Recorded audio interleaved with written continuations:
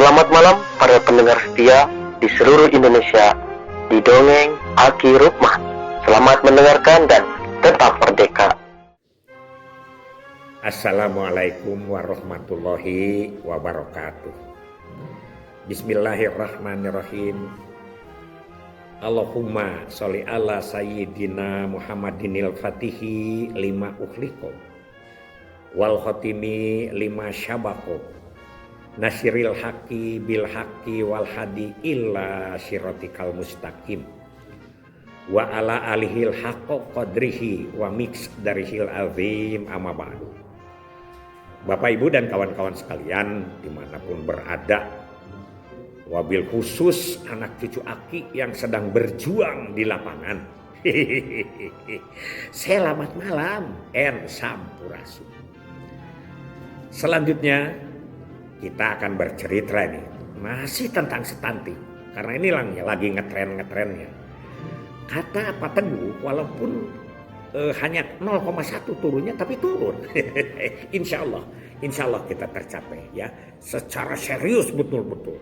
Walaupun kita sudah 45 tahun menggarap ini, tapi kita yaitu banyak kendala-kendala yang pernah kita alami dan mengatasinya kelihatannya kita tidak serius seperti saat ini. Yang ditanyakan adalah karena Aki menceritakan tentang Posyandu Sentinel. Kemudian Kang Bang dari Garut bertanya tentang apa itu Posyandu Sentinel. Dan Ibu Ros dari Subang, yaitu bidan Sembung dulunya ya. Sekarang juga jadi Ibu Kades begitu ya, sekaligus kepala bidang. Nyeleneh gitu, Sentinel Ki gitu ya. Jadi begini ceritanya, Posyandu Sentinel itu. Pada tahun 1998 gitu ya, Aki pulang dari Tangerang tidak punya jabatan struktural. Tapi Aki jadi jabatan fungsional yaitu penyuluh KB ahli media.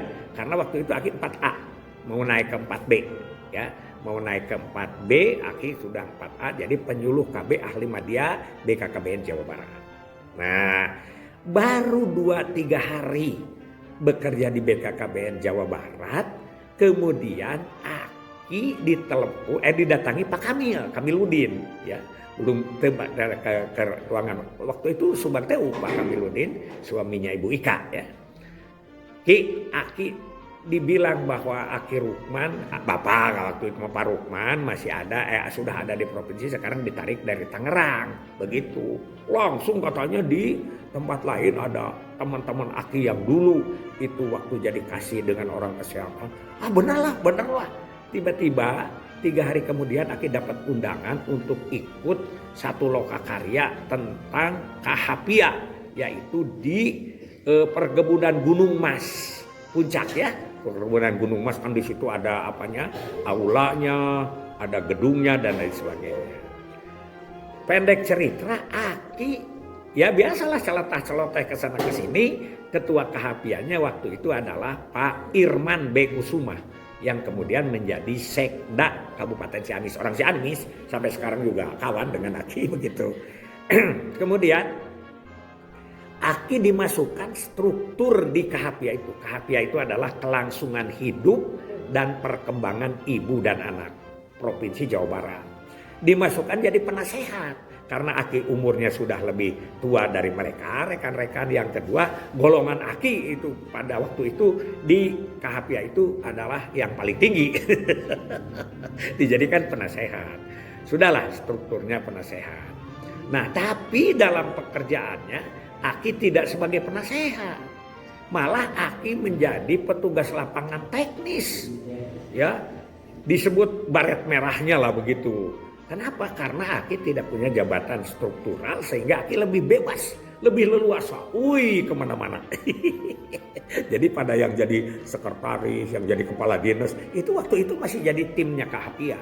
Ya, si Olok Kejo, kata Pak itu Pak Uus. Pak Uus itu kakaknya buat di situ.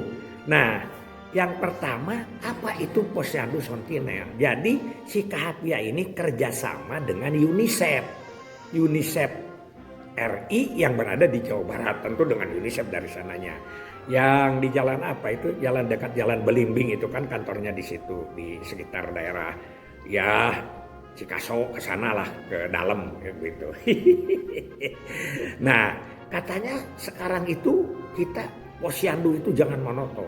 Ternyata jelek posyandu itu. Itu waktu itu ada konsultannya Pak Bram ya, Pak Bram. Dan banyak lagi yang lain. Kita akan membuat posyandu itu sentinel katanya. Apa itu sentinel? Aki pikir sentimen gitu ya, ternyata mungkin sensitif katanya begitu. Bahasa sampai sekarang juga tidak terpecahkan apa itu sentinel. Hanya posyandu sentinel itu harus diciptakan dari budaya setempat oleh orang setempat. Makanya posyandu sentinel itu dibuat melalui pancakarya. Pancakarya itu budi, cipta, rasa, karsa, dan karya.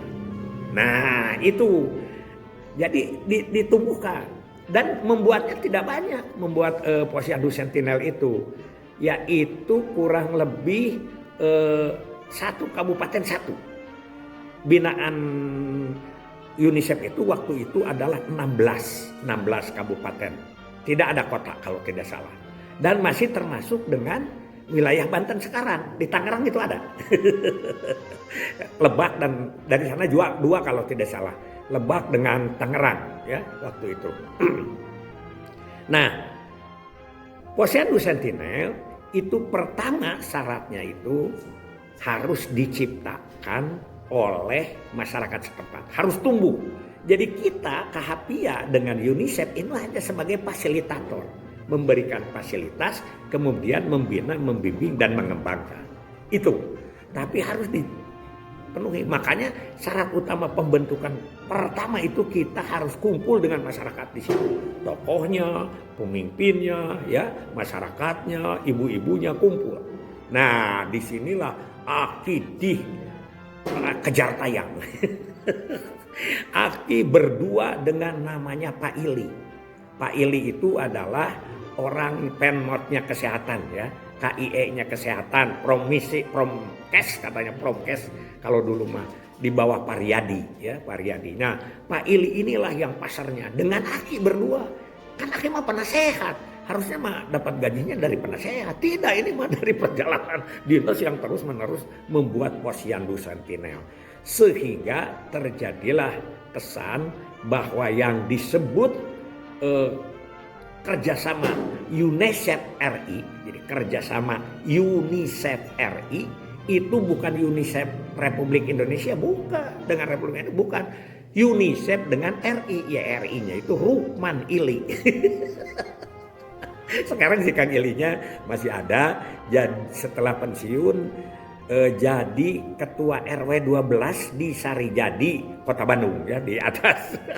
Aki juga pernah ke sana. Nah, jadi ada 5 syarat di dalam posyandu sentinel itu. Yang pertama adalah harus dibentuk oleh masyarakat. Jadi pertemuan setuju nggak membentuk ya di kampung. Nah, dengan diberi syarat itu tidak boleh lebih dari 60 anak per posyandu. Tentu saja 60 itu berat waktu itu ya, waktu itu berat. Tapi lokasinya sedikit. Satu RW aja ada itu yang anaknya 60 di balita itu. Waktu itu masih banyak anaknya lah. Ya tahun-tahun 98 kan belum 2 anak cukupnya, belum begitu memasyarakat ya. Jadi dibentuklah posyandu berdasarkan pembentukan masyarakat dan harus dibiayai oleh masyarakat. Harus dibiayai oleh masyarakat.